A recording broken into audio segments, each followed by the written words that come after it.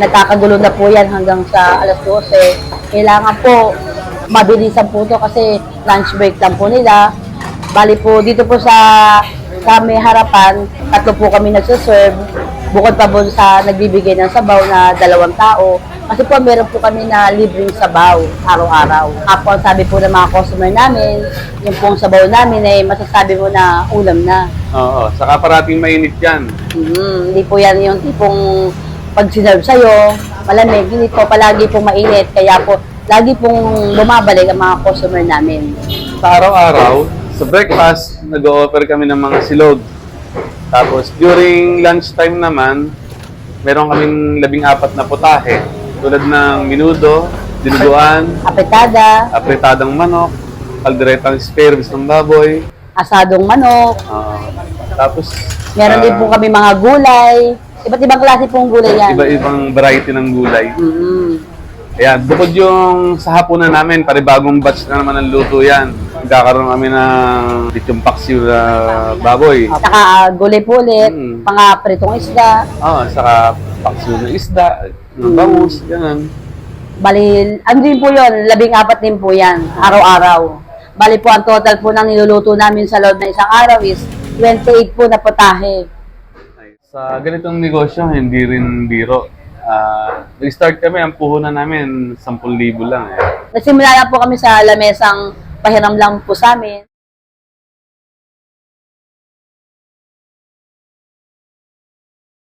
At dahil nga may negosyo, sigurado ang pag-asenso. Small business ba? Big business? Successful business? Let's PBH. Promote your business here. This is your business inspiration.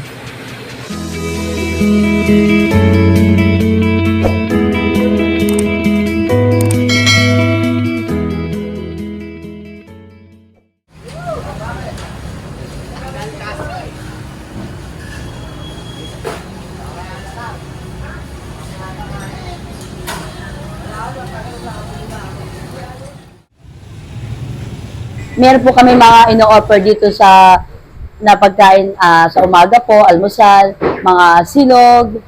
Tapos po sa tanghali naman po, iba-iba din po yung mga menu namin. 14 na. Mga 14 po yan, nakalatag po yan sa lamesa po namin. Ngayon din po, meron din po kaming sa hapunan. Para naman po yung mga iba naming customer, nakikita po kasi nila yan bumabalik po yan sa hapon. Ngayon po makikita po nila na, iba na naman yung menu nila. Ganon din po yan araw-araw. Lagi po yan na 14 na putahe. Para naman po hindi rin din po masawa yung mga customer namin. At sa dami ng mga kumakain dito sa amin, kumikita kami ng 5 digits sa loob ng isang buwan. Nakakabayad naman po kami sa renta, nakakabayad din po kami sa helper po namin, naibibigay din po namin yung mga pangangailangan ng anak namin. Dahil po sa kinikita namin dito sa tindahan, nakakabayad po kami sa helper namin. Per day po kami kung magpabayad sa kanila, 400 po.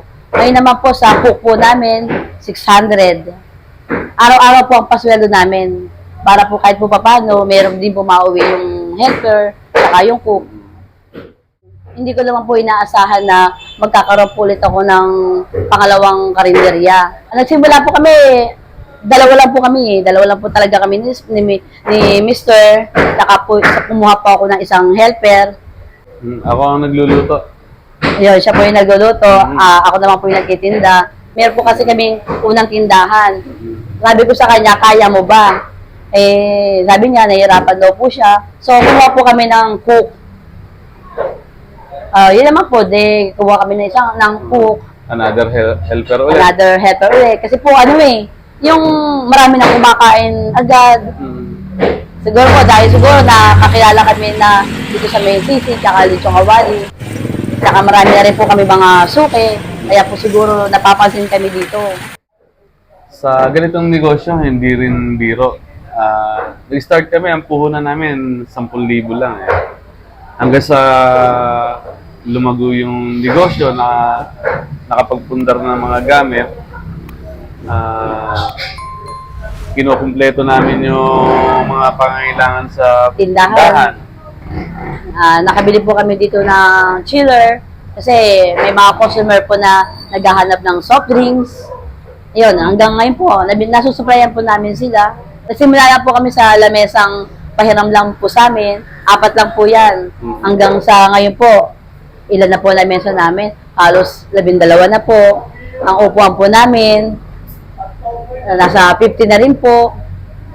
Kasi marami po kumakain, nagkukulang na sila. May po iba namin customer, mga nakatayo na po.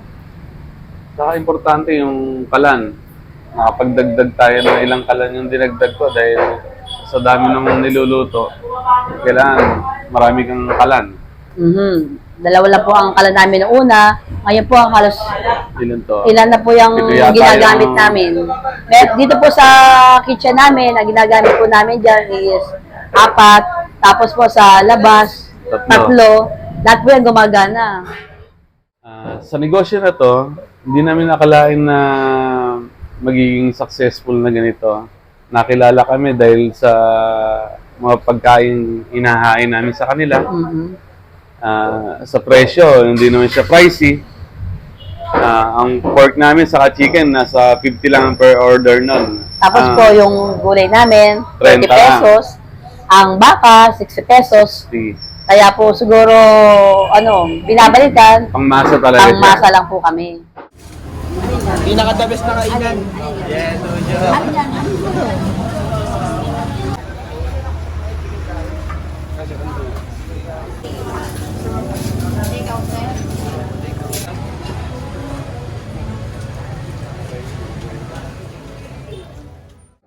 Sa negosyo na to, talagang sakripisyo rin.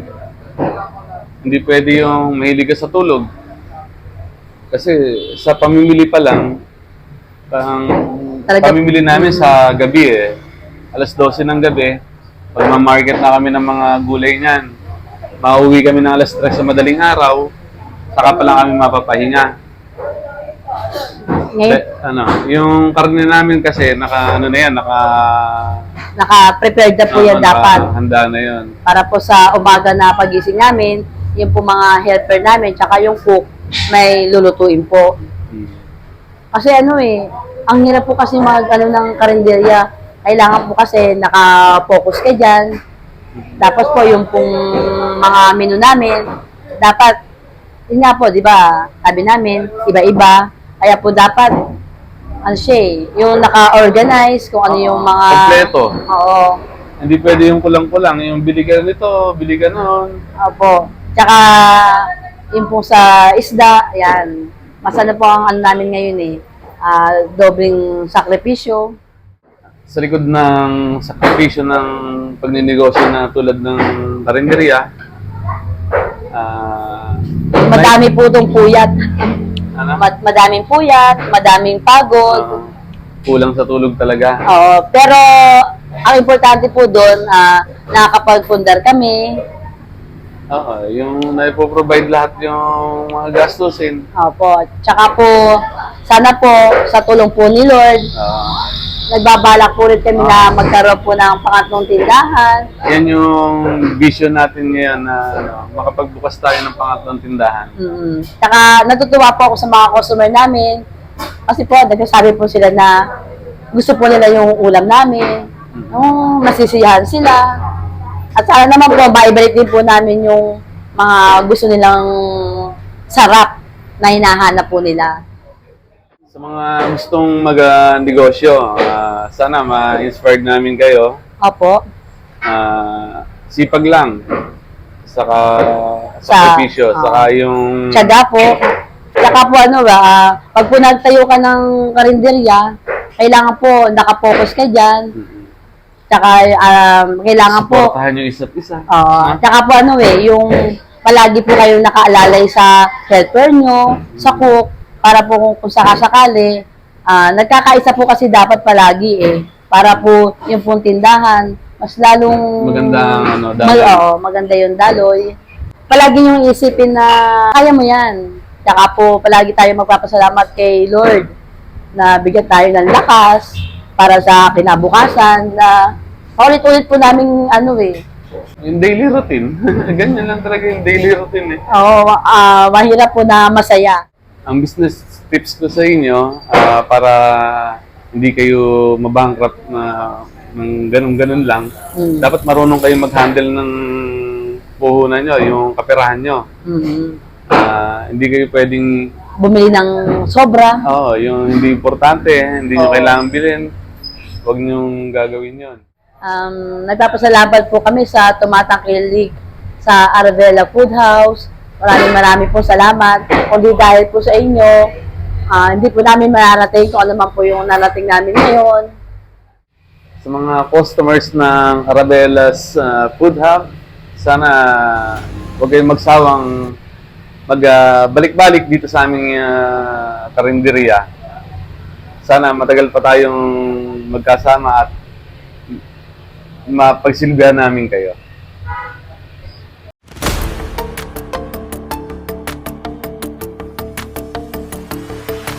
Dito sa Arabella's Food Hub, ang mga pagkain dito palaging bago, Palaging mainit, mura na, masarap pa. masarap pa.